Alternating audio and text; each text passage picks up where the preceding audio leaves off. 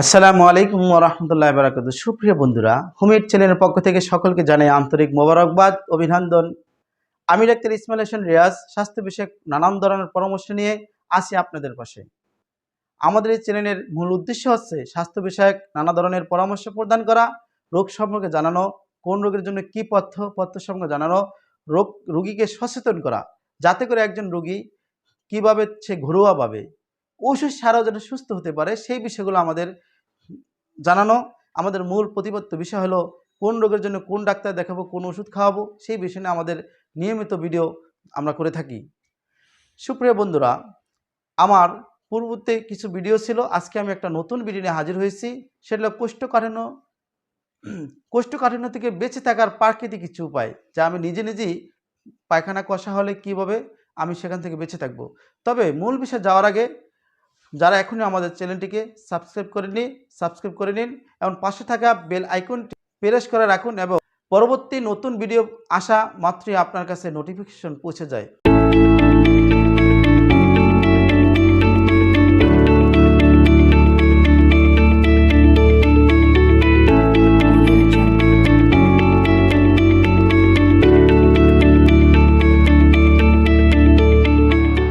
কোষ্ঠকাঠিন্য থেকে বেঁচে থাকার প্রাকৃতিক কিছু উপায় বলবো আমি আজকে। কোষ্ঠকাঠিন্য বা মল শক্ত হলে প্রাকৃতিক কিছু উপায় হলো ইসবগুলের ভুসি, ইসবগুলের ভুসি 2 থেকে 3 চামচ নেবেন। 1 গ্লাস পানিতে ভিজিয়ে চিনি বা গুড় মিশিয়ে সাথে খাওয়া, খালি পেটে রাতে ঘুমানোর আগে খাবেন। তবে অনেকেই এই জিনিসটা একটু ভুল করে থাকে, এই জিনিসটা কখনোই ভুল করবেন না। অনেকেই করে কি, রাত্রে ভিজিয়ে রাখে, সকালে খালি পেটে খায়। এটা আরও কি ক্ষতি হওয়ার সম্ভাবনা বেশি।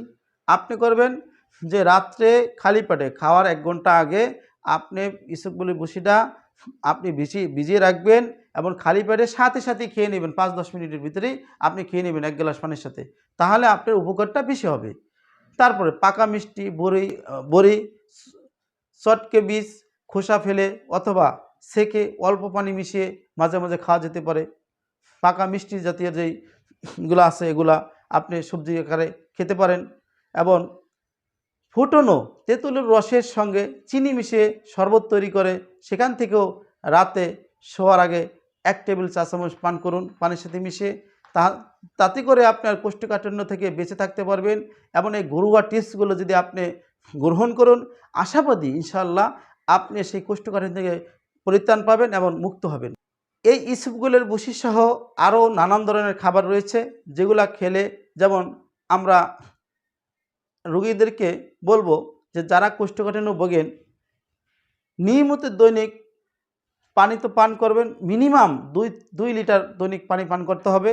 এবং ঘুম যাওয়ার আগে, তার মানে রাত্রে খাবারের পরে ঘুমের আগে আপনি একটা কাজ করতে পারেন, সেটা করে সহজ নিয়ম, আর কিছু করেন না করেন, সেটা করলেও আপনার পায়খানাটা ক্লিয়ার হবে এবং সকালবেলা খুব দ্রুত পায়খানা হবে এবং নির্ভেজাল হয়ে যাবে। সেটা হলো কি, একটু কুসুম গরম দুধ খেতে পারেন। এই দুধ, অথবা সেটা যদি না পান, একটু কুসুম গরম পানি খেয়ে শুয়ে থাকতে পারেন, যাতে করে আপনার স্টোমাকটা খুব সুন্দরভাবে মেটাবলিজম করতে পারে, খাবারটা চর্বণ করতে পারে এবং খাবারটা খুব দ্রুত হজম ক্রিয়া করতে পারে। করলেই আপনি ইনশাল্লাহ এখান থেকে আপনি পরিত্রাণ পাবেন। এইটা হলো আপনার প্রাকৃতিক কিছু ঘরোয়া উপদেশ আমরা দিয়েছি। আপনি যদি এখান থেকে আপনার এই ঘরোয়া চিকিৎসা যদি না নিতে পারেন, সময়ের অভাবে অনেক কিছু করা যায় না, সম্ভব না যদিও বলা হয়, তবে ডাক্তার কাছে আপনি শরণাপন্ন হতে পারেন। তবে আমি বলবো, ডাক্তারের কাছে গেলে এক ধরনের চিকিৎসা আমাদের দেশে আছে, যেটা জোলাপ বলা হয়, বা সেটারে আপনার ওই গ্লিসারিন বলা হয়, সাবজিটের বলা হয়, এটির মাধ্যমে পায়খানা করানো হয়। আমি বলবো সেগুলা করলে আপনার এক সময় ওগুলোর মাধ্যমে আপনার অভ্যাস হয়ে যাবে, পরে আপনার প্রাকৃতিক নিয়ম আর পাবেন না। এই খাদ্যের অবস্থা গড়ে করলেই আপনার এটা সুন্দর হবে।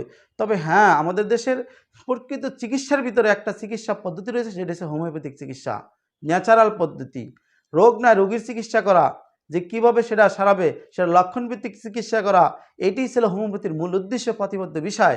আমি যদি লক্ষণ ভেদে একজন হোমিও রেজিস্টার প্রাপ্ত চিকিৎসকের কাছে যেয়ে বলবো যে আমার এই ধরনের সমস্যা হয়েছে, অবশ্যই সে একটা আপনাকে লক্ষণভিত্তিক চিকিৎসা দেবে।